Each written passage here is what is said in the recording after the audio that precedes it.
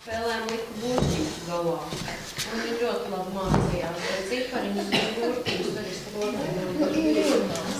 Tāds mums ir Rāmatodā meitenes vadīja pagājuši pēc kādām 2 nedēļām vingrošanas konkursu, tā kā ļauj arī to. Tā, Ināra, tu arī gribēji, tu man pieteicies jau nodarbības sākumā. Tas, ko es gribēju, to jau es nolasīju. Nē. Par šahu tu gribēji ko teikt? Nē, es tagad par šahu neko neteikšu. Par to ir izteikušies speciālisti, ārsti. Viņi ir izteikušies žurnālā, janvāra mēneša žurnālā, ko ārsti tev nestāsta. Tur ir zinātnieki, tur gudrinieki.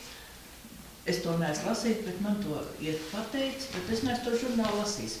Tātad to vajadzētu sameklēt, lai katrs, kas šaubās par šaha vērtību vai mazvērtību, lai izlasa.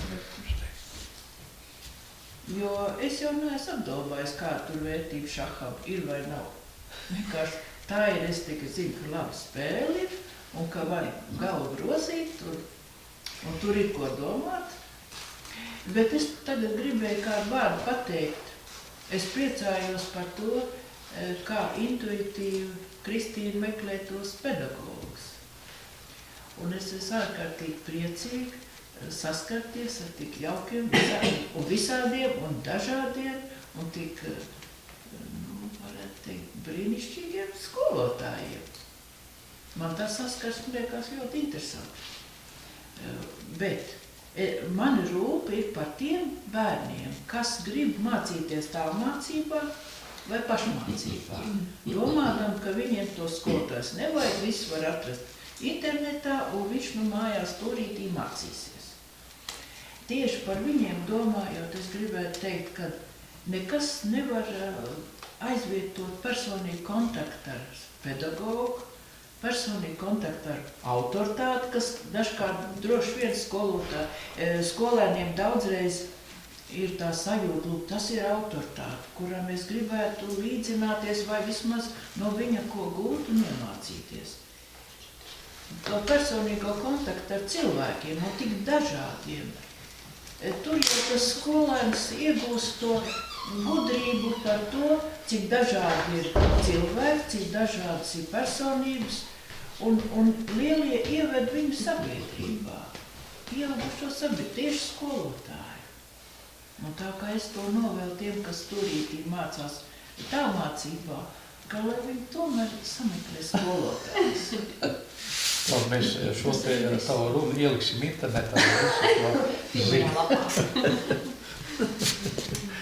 Es nezinu, bet es pilnīgi pārliecināta, tā tas ir. Asums jau iestāvējies?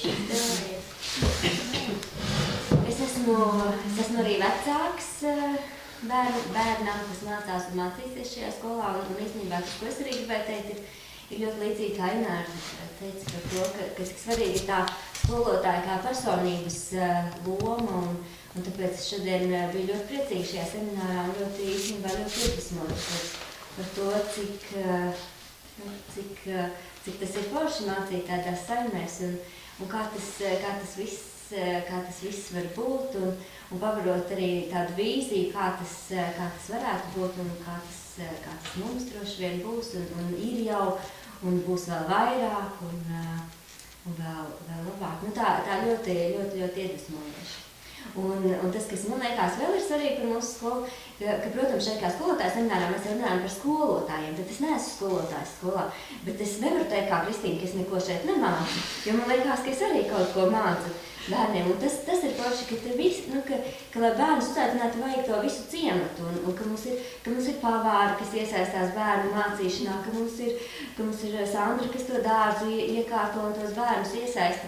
Ka tie nav tikai tie skolotāji, bet tie ir visi cilvēki, kas šeit ir, kas māca tos bērnus. Un tas, man liekas, ir ļoti tāda liela vērtība un atkal tā tautas pedagogiem tā būšana kopā, kā mēs mācāmies. Irīna vēl iesaistās. Jā, visi, kas te ienāk. Arī visi vecāki, kas mazāk vai vairāk, kas varbūt tikai ātri kā raķetes izskrien ārā, tas arī kaut ko māca. Tas liek mums kaut ko domāt un rada tās mācību situācijas, par kurām domāt un runāt. Jā. Jā. Nu, paldies.